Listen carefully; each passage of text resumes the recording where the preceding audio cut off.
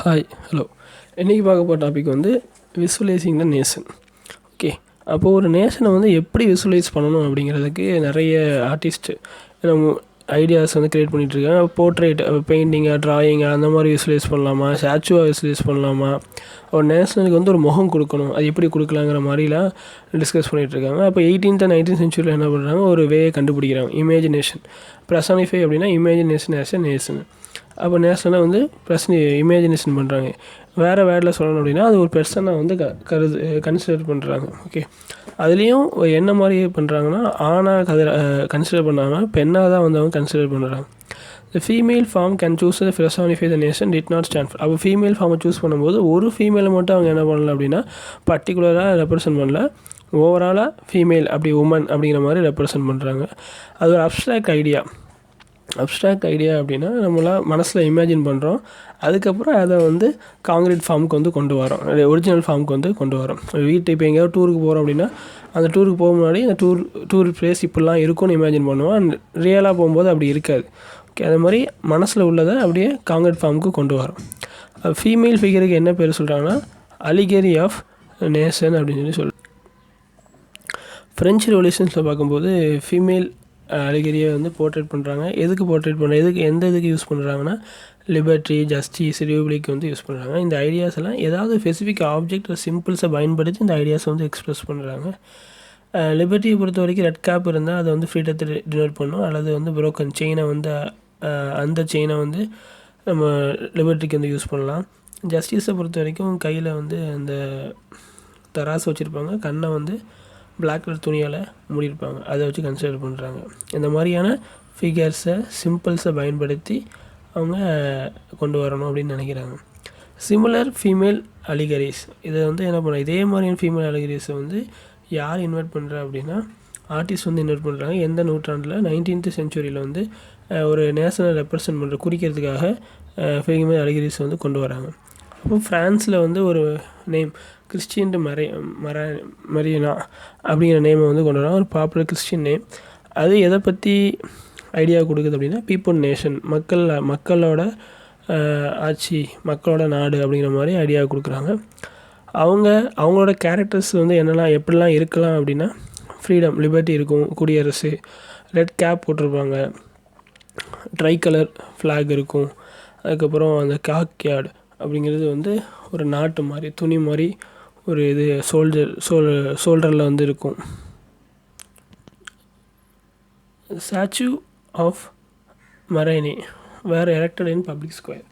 அப்போ மக்களுக்கு தெரியப்படுத்தணும் இந்த மாதிரி ஒரு ஃபீமேல் ஃபிகரை வந்து நாங்கள் வந்து இந்திய கண்ட்ரியோட ஒற்றுமைக்காகவும் ஐடென்டிட்டிக்காகவும் நாங்கள் வந்து கொண்டு வந்திருக்கோம் அப்படிங்கிற விஷயத்த வந்து மக்கள் இடத்துல கன்வின்ஸ் பண்ணுறாங்க. ப்ரெசரேட் அப்படின்னா கன்வின்ஸ் தெம் டு சம்திங் அப்போ டு ஐடென்டிஃபை வித் இட். அப்போது பீப்புள் எல்லாமே ஐடென்டிஃபை ஆகிறாங்க. இந்த மாதிரி ஒரு நேஷ்னல் ஸ்டாச்சு ஒன்று இருக்குது, இதுதான் வந்து நம்ம நாட்டோட தாய் அப்படிங்கிற விஷயத்த வந்து ஸ்ப்ரெட் பண்ணுறாங்க. அது மட்டும் இல்லாமல் இமேஜஸ், அந்த மரைனா இமேஜஸை வந்து காயின்ஸில், ஸ்டாம்பில் எல்லாத்துலேயுமே கொண்டு வராங்க. இதே மாதிரி ஜெர்மனி என்ன பண்ணுறாங்க, அலிகரி ப்ரிப்பேர் பண்ணுறாங்க ஜெர்மன் நேஷனுக்காக. அவங்க வந்து அந்த ஜெர்மானியா அப்படிங்கிற ஒரு பேர் வைக்கிறாங்க. அவங்க அந்த ஜெர்மானியா அப்படிங்கிற ஸ்டாச்சுக்கு தலைக்கு மேலே வந்து க்ரௌன் இருக்கும், அந்த க்ரௌனில் வந்து ஓக் லீவ்ஸ் வந்து இருக்கும்.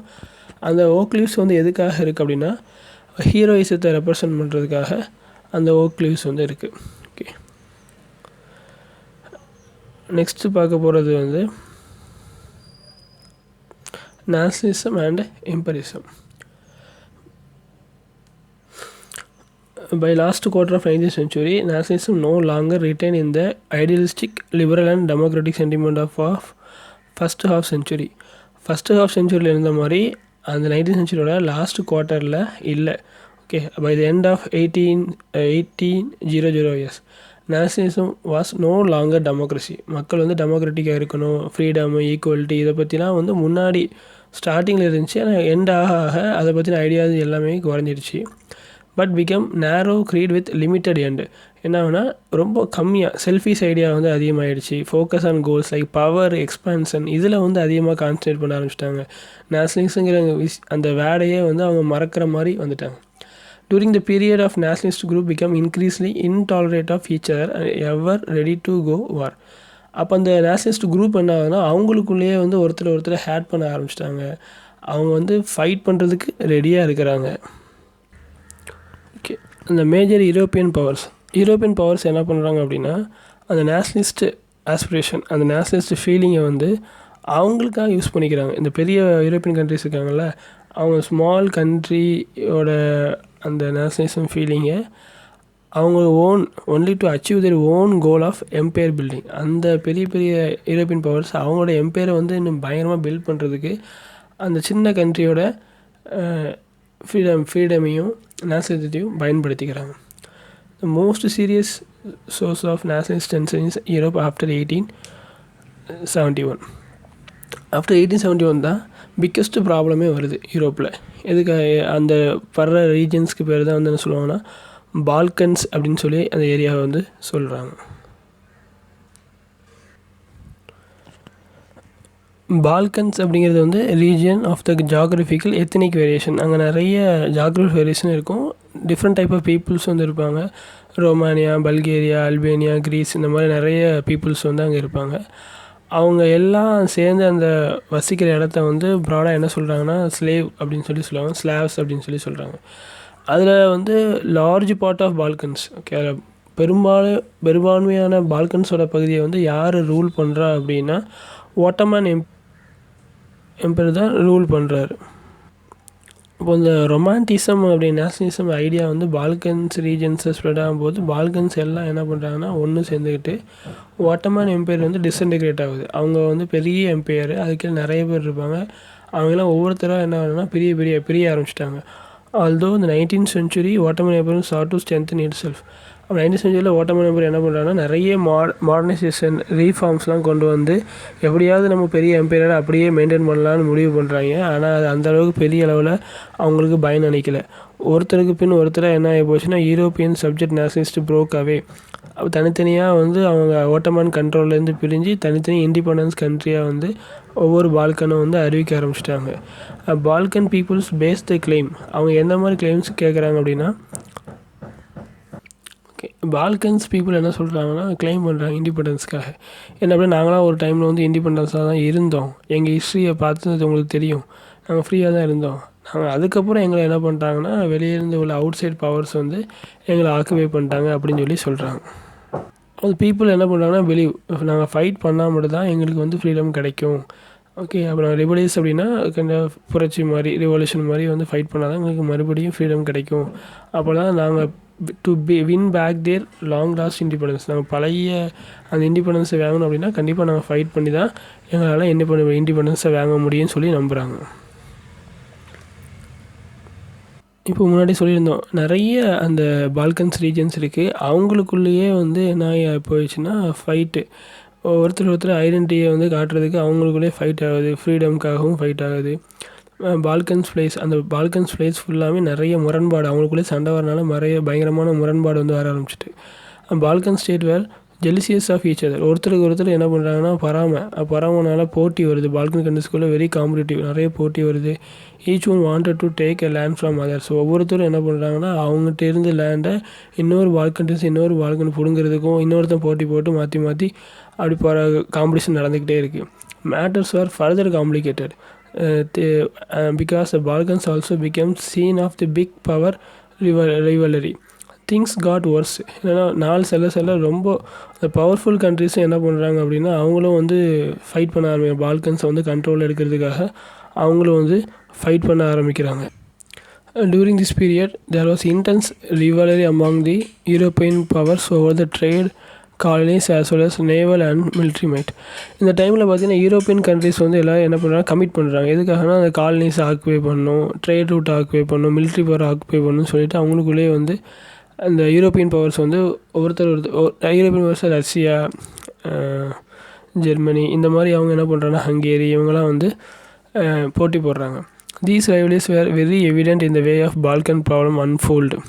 அப்போது இந்த பவர் ஸ்ட்ரகிள் என்ன ஆகுதுன்னா நல்லாவே தெரியுது, பால்கன் சுச்சுவேஷன் இன்னும் பயங்கர மோசமாக கொண்டு வராங்க. அன்ஃபோல்டு அப்படின்னா ப்ராப்ளம் வந்து அன்ஃபோல்டு ரொம்ப டேஞ்சரஸாக போகுது. Each power Russia, Germany, England, astro-hungry, இவங்க எல்லோரும் என்ன பண்ணுறாங்க, பெரிய பெரிய பிக் கண்ட்ரி இவங்களாம் வந்து பால்கன்ஸ்டேருந்து பவர்ஸை பிடுங்கலாம், ஓகே நம்ம கண்ட்ரோல் எடுத்துடலாம், இந்த ஏரியாவை கண்ட்ரோல் எடுத்துடலாம் அப்படிங்கிற மாதிரி அவங்க பண்ணிட்டு இது எல்லாம் எதுக்கு லீட் பண்ணி போகுது அப்படின்னா, கடைசியாக இன்டென்ஸ் காம்படிஷன் அவங்களுக்குள்ள நடந்து கடைசியாக ஃபஸ்ட்டு வேர்ல்டு வார் வந்து ஸ்டார்ட் ஆகிறதுக்கு ஒரு காரணமாக அமைஞ்சிருது.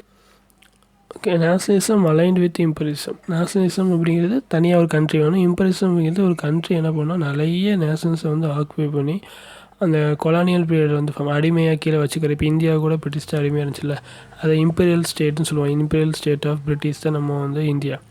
இது என்ன ஆகுது, யூரோப்பில் பெரிய டிசாஸ்டர், பெரிய ஒரு அழிவே வந்து ஏற்படுத்துது. அதான் 1914 வேர்ல்டு வார் 1. அப்போ 19th centuryயில் பார்த்திங்கன்னா நிறைய கண்ட்ரிஸ் இருக்கும், நிறைய காலனிஸ் கண்ட்ரி வந்து இன்னொரு கண்ட்ரி நம்ம மேலே வந்து திணிக்கிறது, இம்பீரியலிசத்தை கொண்டு வரதை வந்து தடுக்கிறாங்க, வேணாம் ரெசிஸ்ட் பண்ணுறாங்க, மறுக்கிறாங்க. அப்போ அதுக்காக நிறைய ஆன்டி இம்பீரியல் மூவ்மெண்ட் வந்து நிறைய நேஷனலிஸ்ட் வந்து கொண்டு வராங்க. அந்த ஆன்டி இம்பீரியல் மூவ்மெண்ட்டோட முக்கியமான நோக்கம் வந்து to form the independent national state. ஒரு இண்டிபெண்டன்ட் நேஷனல் ஸ்டேட்டை ஃபார்ம் பண்ணுறது தான் அதோட நோக்கமாக இருந்துச்சு. அப்படி ஃபார்ம் பண்ணணும் அப்படின்னா அவங்களுக்குள்ள collective unity, national unity sense வந்து க்ரியேட் பண்ணணும். அது மூலமாக அந்த யூனிட்டி மூலமாக என்ன பண்ணுவாங்கன்னா, இம்பீரியல் ரூலை வந்து ஃபேஸ் டு ஃபேஸ் எதிர்ப்பாங்க. அந்த கான்ஃபன்ட்ரேஷன் சொல்கிறாங்கல்ல, ஃபேஸ் டு ஃபேஸ் என்ன பண்ணுவாங்கன்னா ஆர்கியூ பண்ணுறது, கான்ஃப்ளிக்ட் முரண்பாடு கொண்டு வர்றது, அந்த மாதிரிலாம் வரும்.